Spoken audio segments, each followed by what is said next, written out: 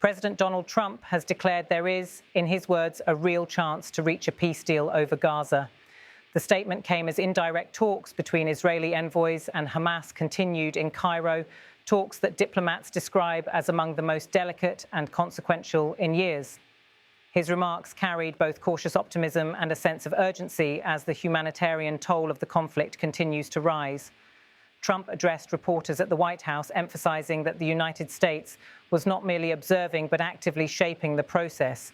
He said, "I believe it is possible to achieve peace in the Middle East, even beyond the situation in Gaza. We want the immediate release of the hostages. Our team is there now. Another team has just left, and other countries, literally every country in the world, have supported this plan. I don't think there's anyone who hasn't, at least that I know of, but there's a real chance we can do something." His statement came as Egyptian mediators, backed by US envoys, pressed both sides to agree on two urgent priorities: the immediate release of hostages and a durable ceasefire that could lead to further political dialogue. Trump's language, and speaking of peace not only in Gaza but even beyond it, suggested an ambition to link the ceasefire talks with a broader regional process, possibly rekindling efforts for a comprehensive peace framework. Behind the scenes, US officials confirmed that multiple delegations were engaged in shuttle diplomacy. One team was already in Cairo, another had recently departed Washington, and both were coordinating closely with Egypt and Qatar. By highlighting this multi-team approach, the Trump administration signaled its determination to maintain momentum and to troubleshoot any stumbling blocks swiftly. The diplomatic push comes at a time of immense suffering on the ground. The conflict in Gaza, now stretching into its second year, has displaced hundreds of thousands of people and devastated key infrastructure. The humanitarian crisis has drawn condemnation from aid agencies and put pressure on negotiators to secure at least a temporary truce. For many in the region, the question of hostages, whose fate remains a source of anguish and anger, is seen as the crucial first test of whether a ceasefire can hold. Trump's renewed focus on the peace effort marks one of his clearest endorsements of the Cairo-led negotiations since returning to office. His assertion that literally every country in the world backs the plan is an attempt to frame the initiative as enjoying near-universal legitimacy. While that claim is somewhat overstated, it underscores his strategy of portraying the United States as a leader in building international consensus. Foreign policy analysts have greeted Trump's optimism with a mixture of encouragement and caution. They note that similar bursts of hope have flared in the past, only to fade when fundamental disputes over security, governance, and territory proved insurmountable. They stress that even if a ceasefire is achieved, implementation will require credible security guarantees, mechanisms for humanitarian aid, and a plan for long-term reconstruction. The United States has deliberately chosen an indirect negotiation format. Instead of seating Israeli and Hamas representatives face-to-face, a step that would be politically sensitive for both sides, mediators are shuttling between separate rooms. This approach is intended to reduce tensions and keep channels open while allowing each side to maintain political flexibility. Trump's insistence on immediate hostage release was one of the most pointed aspects of his remarks. The US administration believes that progress on this front could create a window of opportunity for more substantive political talks. At the same time, officials acknowledge that hardliners on both sides remain skeptical, fearing that concessions could be interpreted as weakness.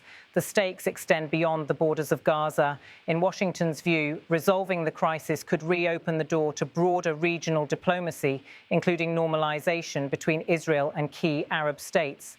However, analysts warn that such ambitions will remain out of reach unless the Gaza issue is addressed first. The conflict's persistence has been a major obstacle to any long-term regional arrangement. International reaction to Trump's statement has been generally positive but tempered with realism. European leaders have expressed support for renewed US engagement and urged both parties to seize what they describe as a narrow but real window for peace. At the same time, they emphasized the need for credible follow-through and warned that over-promising can raise expectations that may be difficult to meet. Within the United States, the president's remarks were also aimed at demonstrating leadership in a foreign policy challenge that has long frustrated Washington. By spotlighting his administration's active role and stressing that literally every country in the world supports the plan, Trump sought to rally domestic and international opinion behind the effort, yet challenges remain formidable. Trust between the parties is extremely low, and violence has often flared even during previous ceasefires. Humanitarian agencies warn that the situation in Gaza cannot stabilize without a sustained halt to hostilities, unrestricted aid access, and a credible political framework. Meanwhile, both Israeli and Hamas negotiators face pressure from constituencies opposed to compromise. Trump's tone, mixing optimism with a call for urgency, reflects a calculation that visible progress on the hostage issue could change political dynamics and create a momentum that has been lacking in past efforts. His message that there's a real chance we can do something captured a rare moment of hope amid a conflict that has defied decades of diplomacy.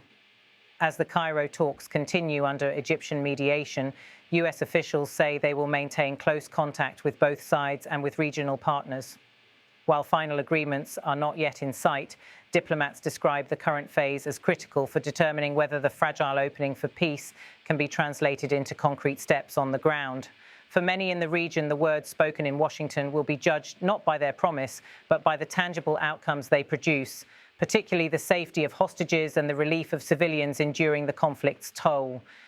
As one European diplomat observed privately, the test of this initiative will be whether the parties can turn a real chance into real progress. President Trump's statement in Washington highlighted the intersection of hope and hard reality.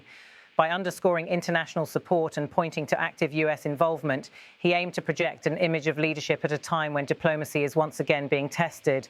Whether the promise he outlined can overcome deep-seated mistrust and years of conflict remains an open question. But for now, his words have injected a note of cautious optimism into an otherwise grim chapter of Middle East diplomacy. And I think there's a possibility that we could have peace in the Middle East. It's something even beyond the Gaza situation. We want a release of the hostages immediately, etc. And so our team is over there now.